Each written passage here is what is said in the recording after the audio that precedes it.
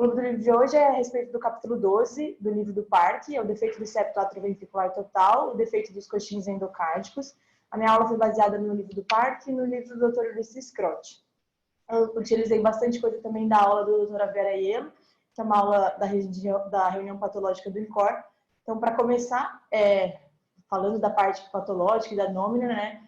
O defeito do septo atrioventricular tem como sinônimo o defeito dos coxins endocárdicos, mas de acordo com a doutora Vera, esse nome, defeito dos coxins endocárdicos, não é o mais adequado, porque ele se remete à embriologia. Então, o nome mais correto seria defeito do septo atrioventricular total.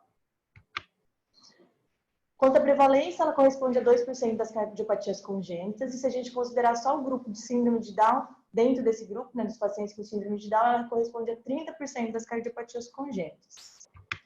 Quanto à fisiopatologia, eu utilizei o livro do Parque como sequência, mas eu utilizei mais a aula da doutora Vera Iello, até porque o livro do Parque, de acordo com a doutora Vera, comete alguns erros, chamando a válvula V de mitrial e tricúspide, então eu acabei me baseando na aula da doutora Vera.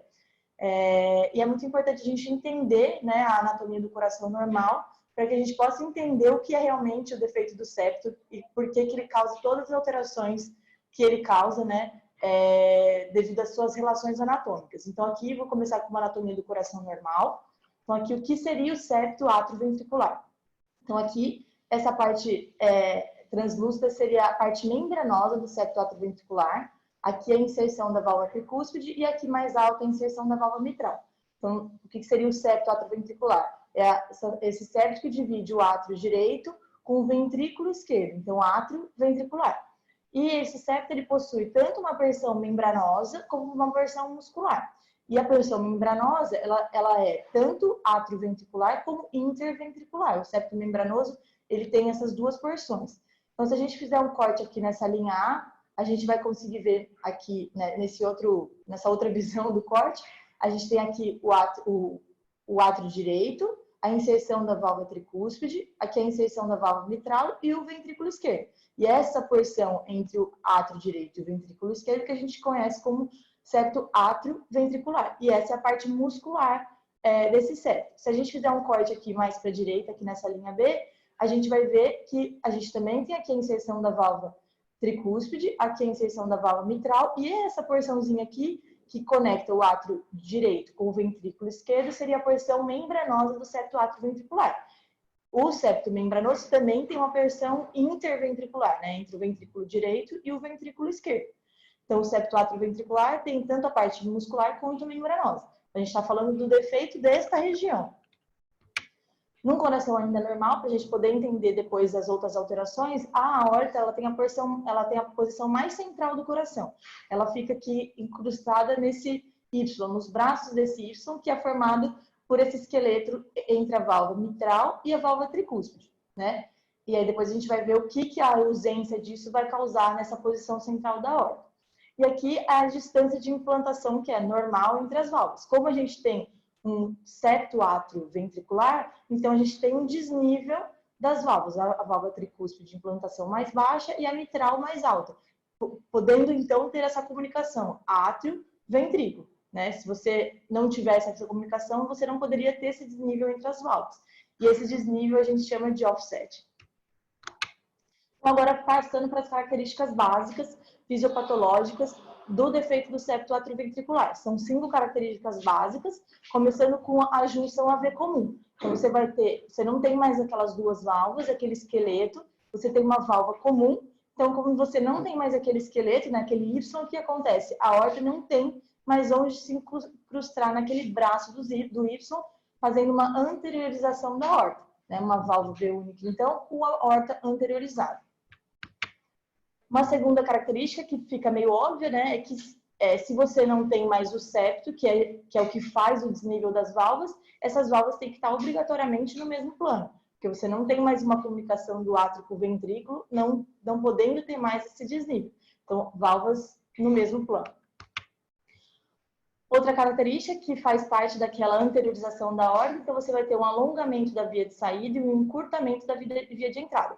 Essa é uma figura do livro do Dr. Ulisses. Aqui um coração normal, você tem a via de entrada do ventrículo esquerdo e a via de saída pela aorta, né, aqui sem o alongamento, e quando você tem esse defeito do septo, a aorta ela é anteriorizada, causando esse alongamento da via de saída e um encurtamento da via de entrada. Outra característica seriam as alterações das válvulas atrioventriculares. Então, na aula da doutora Vera Elo, ela deixa muito claro de que a válvula atrioventricular, aqui ela colocou uma foto da mitral, né? E ela, algumas características que mostram que ela não é uma válvula mitral. A gente tem que chamar realmente ela de válvula V esquerda, porque ela não tem características de uma válvula mitral. Então, aqui, primeiro com relação à relação da válvula com a aorta. Então, essa relação do folheto anterior com a aorta no coração normal, ela se perde essa relação, né, com a anteriorização da aorta e com o defeito do septo. Aqui o folheto mural, ele perfaz 2/3 da circunferência da válvula mitral, e que aqui na válvula V, o folheto mural ele perfaz menos de 1/5. E aqui seria o que a gente chama de cleft da válvula mitral, né, que todos os termos estão errados, porque não é uma válvula mitral, não tem características de uma válvula mitral, e não é uma fenda, né? Isso daqui, na verdade, é uma comissura entre o folheto ponte anterior e posterior, que quando você tem um defeito de septo parcial, que a gente vai ver mais para frente, até mais detalhado numa próxima aula, isso se funde, né? Então, aqui não é uma fenda, na verdade, são 2 folhetos de uma válvula alterada, que a gente deve chamar de válvula atrioventricular esquerda. E a outra característica, né, é que no coração normal vocês têm os músculos papilares. Se você traçar uma linha aqui, essa linha cruza aqui o septo. Já no defeito do septo atrioventricular, esses músculos papilares estão numa posição alterada, né? Eles ficam aqui nessa parede, você traçando uma linha, eles ficam paralelos ao septo interventricular. Então, essas seriam as 5 características básicas. Agora, falando um pouquinho das formas, né, do defeito do septo, aqui você teria o coração normal, né? E aqui as formas do defeito do septo. Então, o que a gente pode ter? Uma forma total, onde você tem uma válvula V única, que você sempre tem 5 folhetos nessa válvula V única, sendo 2 folhetos pontes, uma CIA ótimo primo e aqui uma CIV. Na forma parcial, o que acontece? Você tem uma fusão desses folhetos pontes aqui no topo do septo interventricular. Então, você deixa de ter essa CIV, você pode ter os 2 orifícios, né? E aqui você tem só uma CIA. E aí aqui você tem os 2 orifícios, 2 válvulas, mais uma válvula V esquerda e uma válvula V direita, né? Uma válvula V esquerda. E aqui, quando os folhetos pontes se fundem ao topo do septo interatrial. E aí você vai ter só uma CIV, você não vai ter a CIA. E essa fórmula diz que você pode chamar de intermediária, tem vários nomes que ela acabou não se aprofundando nessa parte. Mas o tema da nossa aula é o defeito do septo atrioventricular total.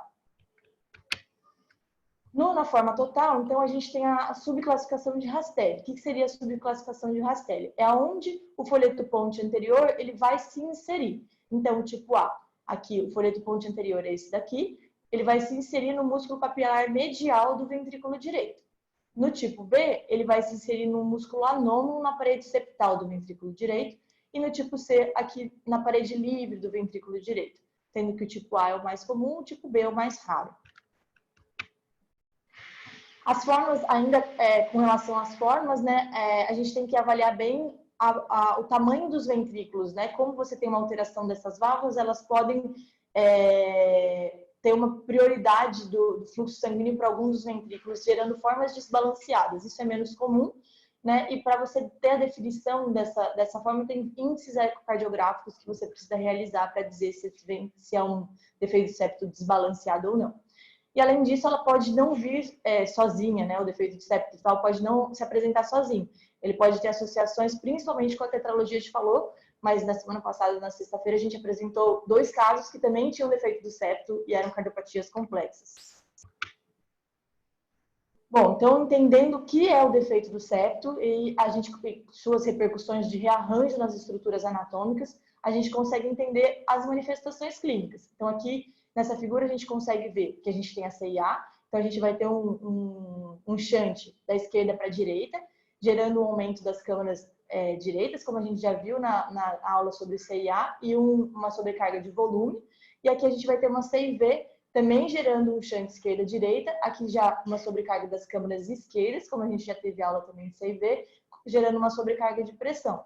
E aí a gente consegue entender que é uma cardiopatia de hiperfluxo. Então, vai ter um déficit de crescimento, vai ser aquela criança que você vai perguntar para a mãe, ela vai dizer que é uma criança que cansa para estar as mamadas, que tem sudorese excessiva nas mamadas, pode ter infecções respiratórias de repetição por esse hiperfluxo pulmonar e os sinais de insuficiência cardíaca congestiva. Olhando então no exame físico, na parte cardíaca, né, na inspeção, você vai ter um pré-córdio hiperdinâmico. Na palpação, seria aqui, essa região da borda sinal esquerda média, você pode ter um frêmito sistólico.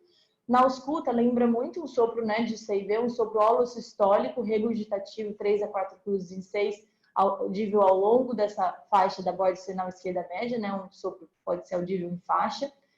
Além disso, você pode ter um sopro sistólico de insuficiência mitral aqui no nível do ápice, por esse hiperfluxo, né, gerando uma insuficiência mitral, e um ruflar mesodiastólico também na borda sinal esquerda média ou no ápice, que seria uma estenose relativa da válvula tricúspide mitral também por esse hiperfluxo. E aí você pode ter os comemorativos de uma insuficiência cardíaca congestiva, ritmo de galope, fígado rebaixado.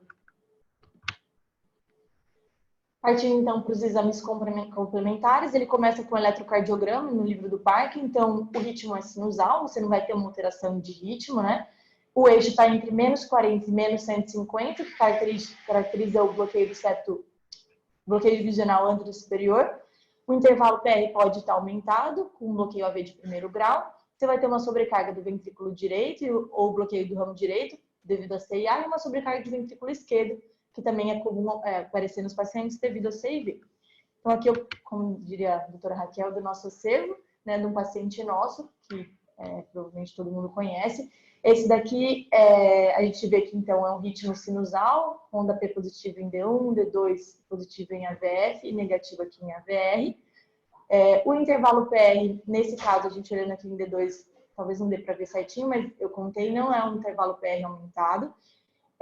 Olhando para o eixo, então, a gente tem a característica do bloqueio divisional antero superior, então aqui é onda S em D2 e em D3, sendo maior em D2, né, progredindo de D2 para D3. Olhando então para as pré-cordiais, a gente vê aqui uma onda Q e uma onda R em V1, então bem característico de uma sobrecarga de ventrículo direito, né, já até com presença de onda Q, e aí a gente olha aqui no V6 uma S também profunda. E também sobrecarga de ventrículo esquerdo. Aqui em V6, uma onda R ampla e uma onda S também profunda em V2 e V3. Radiografia de tórax, então você vai ter uma cardiomegalia às custas das 4 câmaras, né? Como a gente viu, câmaras direitas pela CIA, câmaras esquerdas pela CIV. Então aqui o índice cardiotorácico do 0,6, essa criança não é um recém-nascido, posso dizer para vocês, então aumentado para ela. Você tem um aumento da trama vascular pulmonar e um tronco pulmonar proeminente devido a esse hiperfluxo, né? Essa é uma cardiopatia de hiperfluxo. O ecocardiograma, então, ele diz muito pra gente, né? Ele é um exame muito importante no defeito de septo. Ele avalia as características básicas, aquelas 5 características que eu disse no começo, e além disso, a repercussão hemodinâmica. O que é importante, né, ser avaliado no ecocardiograma do ponto de vista cirúrgico. Então, tamanho da CIV e CIA, tamanho dos orifícios valvares, a anatomia desses folhetos, a inserção das cordoalhas, o tamanho absoluto e relativo de VD e VE, para a gente ver aquela questão de formas desbalanceadas, e a arquitetura do músculo papilar no ventrículo esquerdo. Então, aqui ele vai falar um pouquinho sobre cada corte. Então, no apical e subcostal, a gente vai avaliar a anatomia e a significância funcional do defeito. Então, aqui a gente vai avaliar nesses cortes a CIA, Ostium-primo, a CIV e a avaliação das válvulas no mesmo nível. Essa é uma figura do Parque. Então, aqui um apical 4 câmaras, né?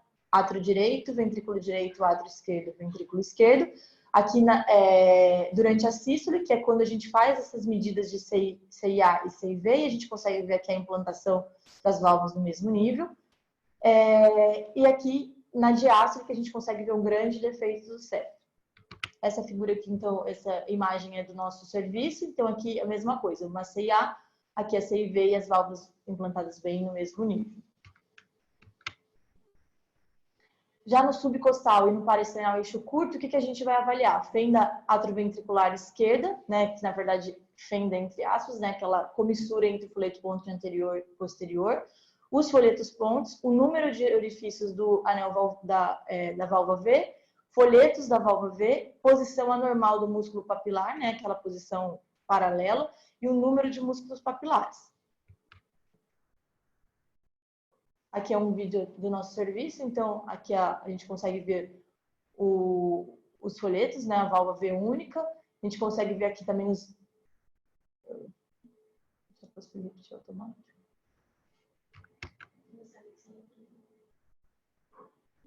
Ele não está voltando. E aqui a gente consegue também ver os músculos papilares. Esse é um corte, um eixo curto.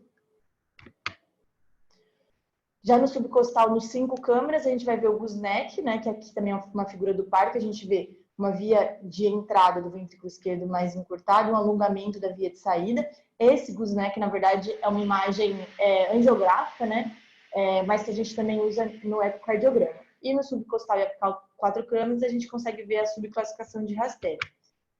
Então, aqui, os 5 câmeras, né, que é a via de saída da aorta, esse alongamento da via de saída, e aqui no subcostal eixo longo também o átrio direito, ventrículo, átrio esquerdo, ventrículo esquerdo, e aqui a via de saída alongada.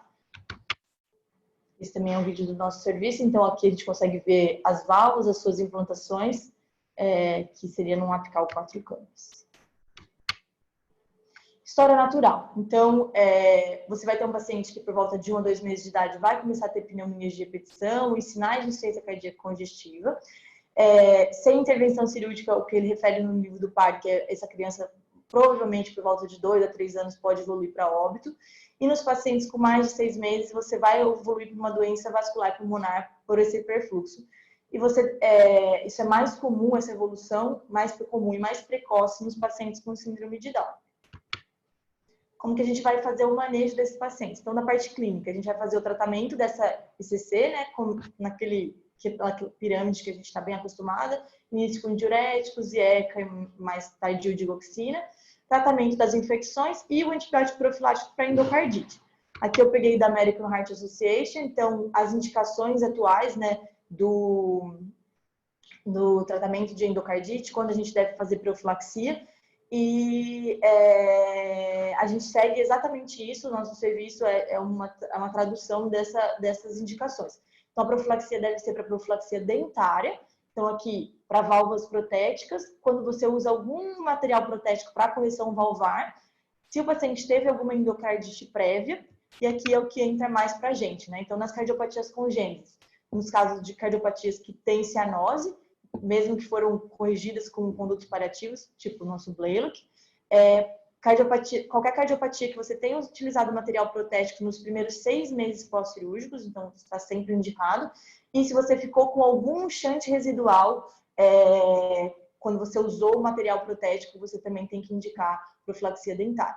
Nos pacientes transplantados, se esse paciente ficou com alguma insuficiência valvar, ela também deve ser indicada. O que ele diz é que esses seriam os pacientes de risco, então profilaxia dentária, que nos casos de quando você vai fazer alguma manipulação do trato respiratório ou de pele, isso você pode considerar fazer, não é uma indicação absoluta, mas você, dependendo do risco, você pode considerar.